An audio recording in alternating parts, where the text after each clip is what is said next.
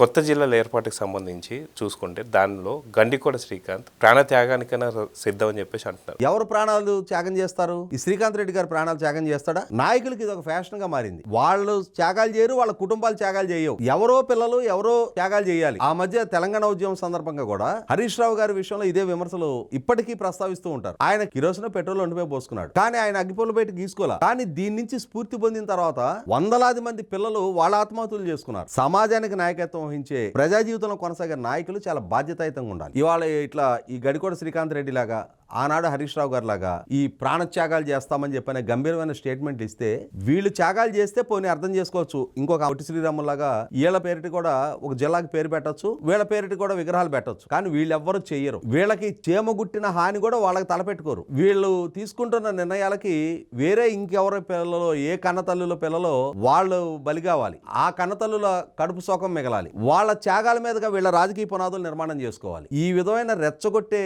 వ్యాఖ్యలకు పాల్పడితే ఇవాళ సమాజంలో అశాంతికి బాధ్యులైతే ఎవరి మీదైనా సరే చట్టపరమైన చర్యలకు ఉపక్రమించాల్సిన బాధ్యత ప్రభుత్వాలది.